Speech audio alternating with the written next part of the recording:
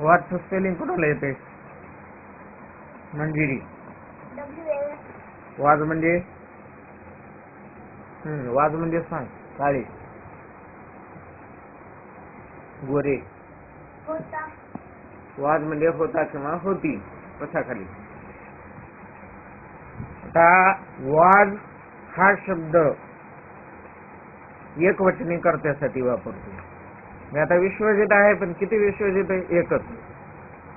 Vishwajit was a doctor, म्हणजे Vishwajit doctor होता. Geeta was a teacher. Geeta शिक्षिका होती. या ठिकाणी वॉज आणि वेअर मध्ये हाच फरक आहे. वॉज ही एकवचनेसाठी वापरतात आणि वेअर WERE वेअर म्हणजे होते, म्हणजे अनेक होते. या ठिकाणी वी हा कर्ता आहे, परंतु हे कर्ते आहेत. वी म्हणजे आम्ही. आम्ही मध्ये अनेक जण येतात. वी म्हणजे आम्ही, आम्ही मध्ये अनेक जण येतात. यू म्हणजे तू, तुम्ही, अनेक जण येतात. या ठिकाणी THE डे म्हणजे ते, अनेक जण आहेत ते. उदाहरणार्थ दे आर पीपल, ते लोक आहेत.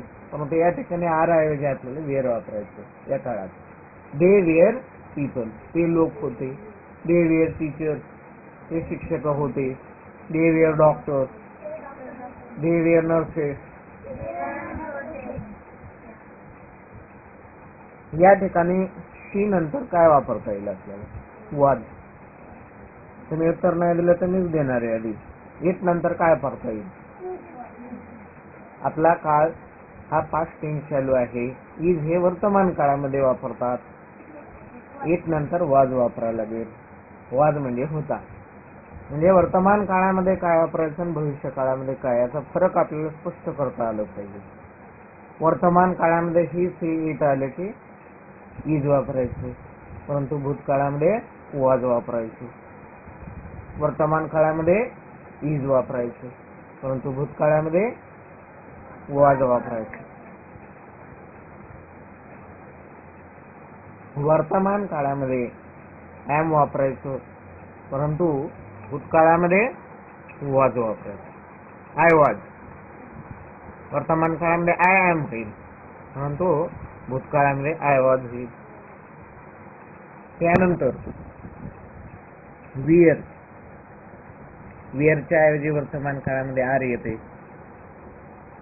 यू आर, दे आर, परंतु भूतकाळामध्ये त्याच्याऐवजी काय होतं? दे वॉज, यू वॉज.